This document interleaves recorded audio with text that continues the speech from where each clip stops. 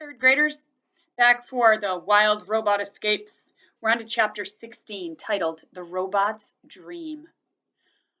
So, as you remember how we ended yesterday, Rose is thinking that Jaya and Jad are going to be her only way off the farm and back to the island.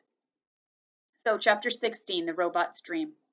Cows grazed in the pasture, wind rustled through the tall grass, clouds drifted over the fields. Farm machines rumbled and buzzed. Milk flowed into bottles. Bottles were packed into boxes. Boxes were then loaded into the milk truck. The truck drove away full and returned empty. Children romped around with their dog. A man sat at his desk. A robot dreamed of escape.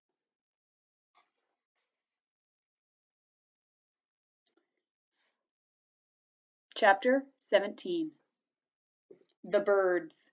Hilltop Farm was home to many birds. Swallows were always swooping low over the grass and picking up insects. Crows cawed from the fields like a gang of hecklers.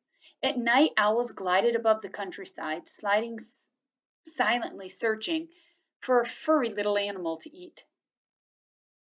The robot was stuck on the farm, but the birds were free to go wherever they pleased. Those lucky birds. One day Rose was standing in the pasture admiring a hawk as he soared through the sky when the cows began grazing around her. Their slow footsteps crunched in the grass, their teeth chewed and chewed, their tails flicked at flies. All the while Rose stood there staring at the hawk. And then Lily's soft voice. "What are you thinking about, Rose?" The robot turned to the calf. "I am thinking about Bright Bill," she said. "It was not so long ago that I was watching my son soar through the sky. That seems like another lifetime." "You must hate your new life," said Annabel. "I can't say that I blame you. Farming looks like such grueling work."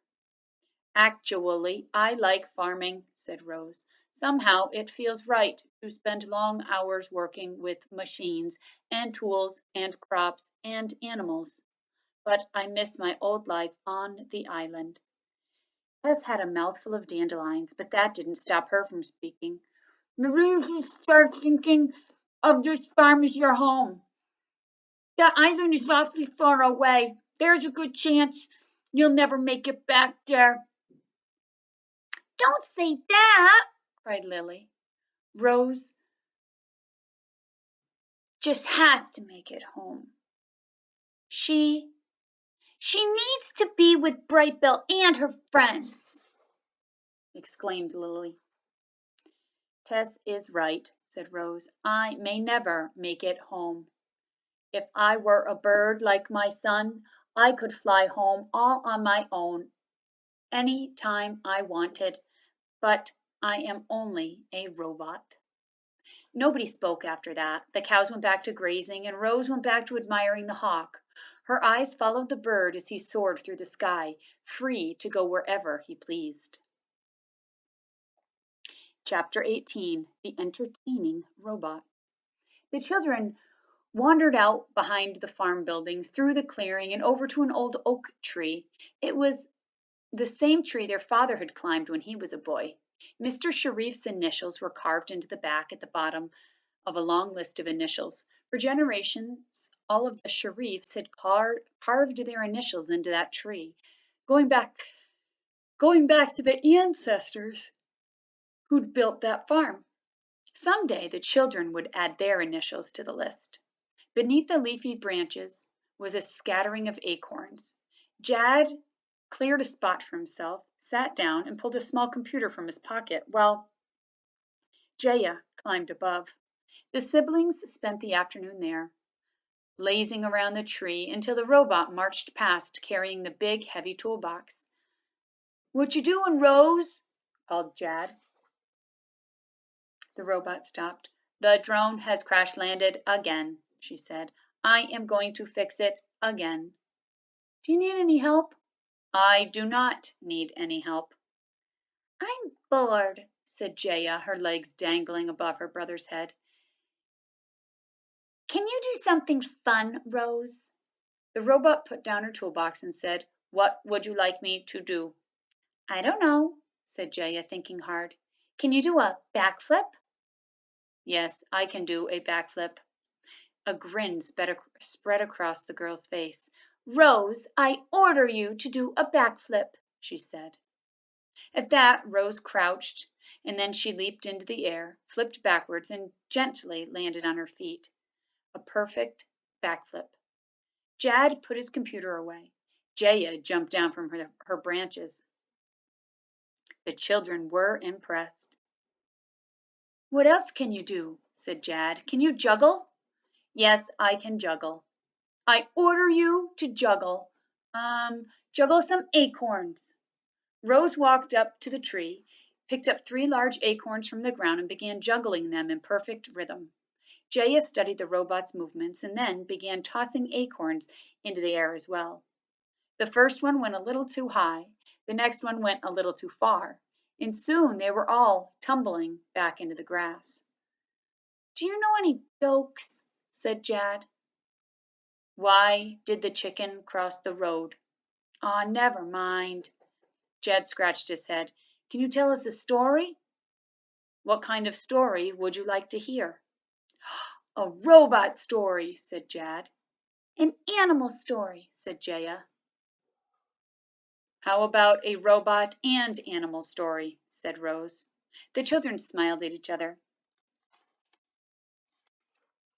Then they sat against the tree and looked up at their robotic storyteller. I'll show you the picture of them at the tree.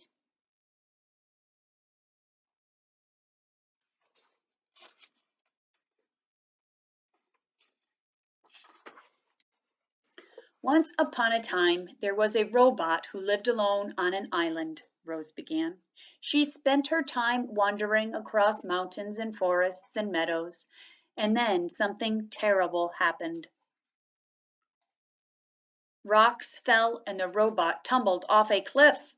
She survived the fall, but sadly the rocks killed 2 geese and smashed 4 of their eggs. The robot stood there, staring at the poor goose family, until she heard a tiny voice peeping from somewhere nearby.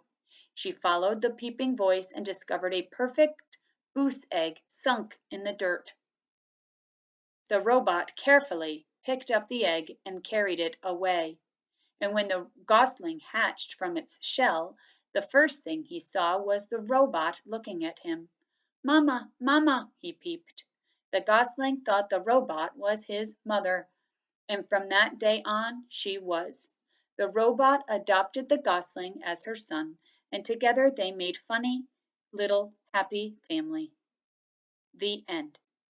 The children sat there and thought about Rose's strange story. Then they looked up at her and said, "Well, what happened next?" Chapter 19, final chapter of the day. Rose and the children had a new routine. Several times a week, they'd gather beneath an old oak tree, and Rose would tell stories about the robot on the island. The children loved hearing about how the robot survived mudslides and bear attacks in the harsh winter.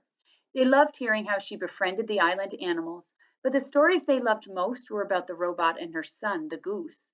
He sounded like such a nice goose. Rose told the children story after story after story. What she didn't tell them, what she couldn't tell them, was that the stories were true and they were about her. The children wanted to get in on the storytelling fun. Jaya told adventure stories about dragons and monsters. Jad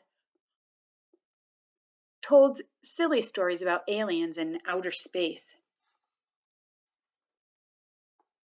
But as the children grew more comfortable with Rose, they began talking about their own lives. They talked about growing up way out in the country.